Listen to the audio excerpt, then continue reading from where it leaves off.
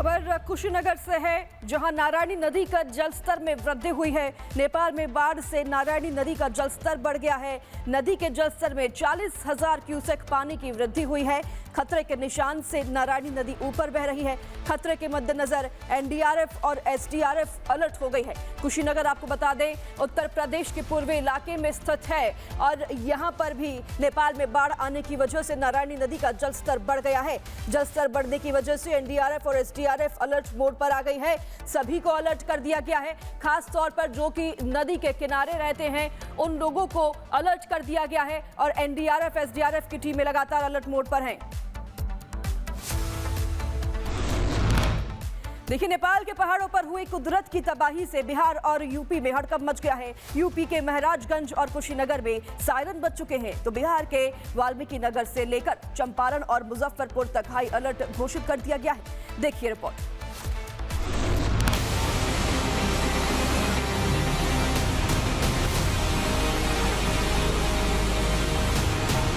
नेपाल के पहाड़ों पर कुदरत का ऐसा कहर टूटा जिसकी गूंज से भारत के दो बड़े राज्य भी कांप उठे हैं।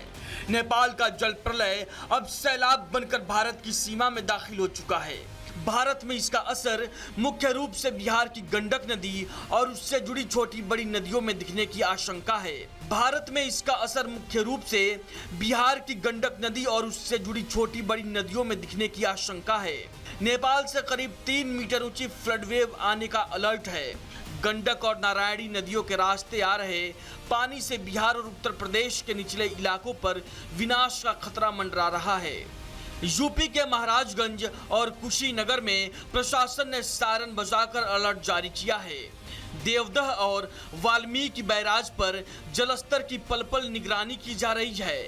जानकारी के मुताबिक कुशीनगर में नारायणी नदी का जलस्तर बढ़ गया है और नारायणी नदी खतरे के निशान के ऊपर बह रही है। जिला प्रशासन हाई अलर्ट पर है। नदी के आसपास के इलाकों में एनडीआरएफ, एसडीआरएफ और पीएसी की तैनाती कर दी गई है। गांव के मुखिया, राजस्व अधिकारी और अन्य अधिकारी मौके पर तैनात हैं। इसका अंदेशा है कि ये गंडक में, इसमें गंडक जो रिवर है इसमें इसका पानी आने का अंदेशा है और उसको मद्देनज़र अब गंडक का जो ज़्यादातर पार्ट है वो बिहार में आता है, कम पार्ट जो है वो यूपी में आता है। तो अभी शाम को ही सीएम साहब ने भी, बिहार सीएम साहब ने भी असेस किया इसको और उसके हिसाब से उनको लग रहा था कि यहाँ इस इलाके में 2 टीमों की और ज़रूरत है। तो वेस्ट चंपारण में एक टीम भेजी गई, फिर एक टीम मुजफ्फरपुर भेजी गई। टोटल अभी वैसे भी हमारी 9 टीम्स डिप्लॉयड हैं। ये फ्लड का सीज़न है, मानसून में हमारी टीम्स ऑलरेडी प्री पोजिशनिंग में रहती हैं और बाकी हमारी स्टैंड बाई पे हैं टीम्स। ऐसे ही यूपी का जो इलाका है वो कुशीनगर का इलाके में, कुशीनगर में एक टीम डिप्लॉय करी गई। तो बाकी टीम्स हमारी स्टैंड बाई मोड में हैं। जैसे जैसे स्थिति बनेगी, उत्पन्न होती है, हमारी एडिशनल टीम्स भी डिप्लॉय होने के लिए तैयार हैं।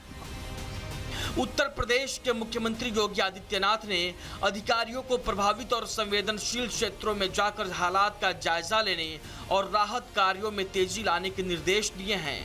आपको बता दें कि नेपाल का पानी त्रिशूली नदी से होते हुए गंडक तक पहुंचेगा।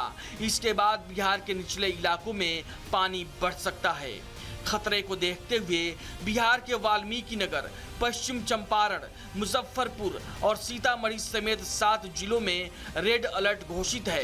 गंडक बैराज में 3 लाख क्यूसेक पानी छोड़े जाने की आशंका के बीच एनडीआरएफ की 9 टीमें ग्राउंड पर उतार दी गई हैं। तटबंधों की सुरक्षा बढ़ा दी गई है और लोगों को ऊंचे स्थानों पर जाने की हिदायत दी जा रही है।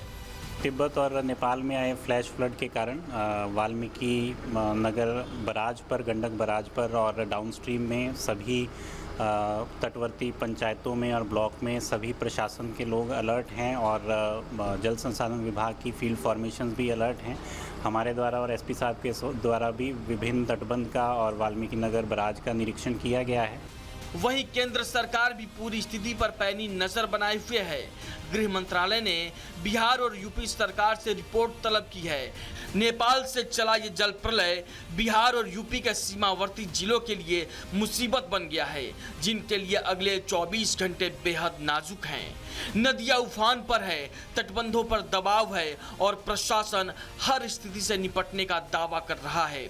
लेकिन देखना यह होगा कि कुदरत के इस सैलाब के आगे इंसान की तैयारियां कितनी कारगर साबित होती हैं। Bureau report, Republic Bharat.